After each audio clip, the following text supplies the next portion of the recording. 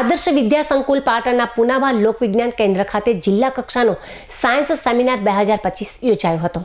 આ સેમિનારનો વિષય હતો ક્વોન્ટમ યુગની શરૂઆત, સંભાવનાઓ અને પડકારો। જિલ્લાભરના 93 જેટલા વિદ્યાર્થીઓએ ઉત્સાહપૂર્વક ભાગ લીધો હતો। આ વિષય બહુ અઘરો કઠિન હતો, છતાં પણ ઉત્તર ગુજરાત યુવક મંડળ સંચાલિત સેટ એમએન હાઈસ્કૂલ પાટણના ધોરણ 10ના વિદ્યાર્થી બારોટ ધાર્મિક દીપક કુમારે પોતાની તીવ્ર બુદ્ધિશક્તિ, સ્પષ્ટ અભિવ્યક્તિ અને ઊંડા વૈજ્ઞાનિક અભિગમના બળે તથા શાળાના મદદનીશ શિક્ષક ભાઈશ્રી ડોક્ટર અલ્પેશભાઈ પટેલના માર્ગદર્શન તળે સમગ્ર પાટણ જિલ્લામાં પ્રથમ ક્રમાંક પ્રાપ્ત કર્યો છે।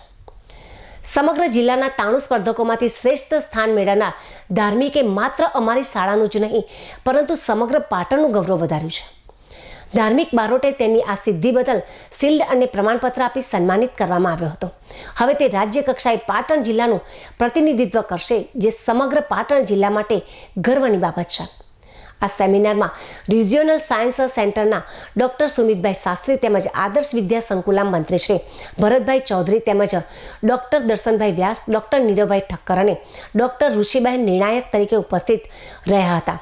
સૌ મહાનુભાવોએ ધાર્મિકની પ્રતિભા અને તેનામાં રહેલા વૈજ્ઞાનિક અભિગમની હર્ષભેર પ્રશંસા પણ કરી હતી।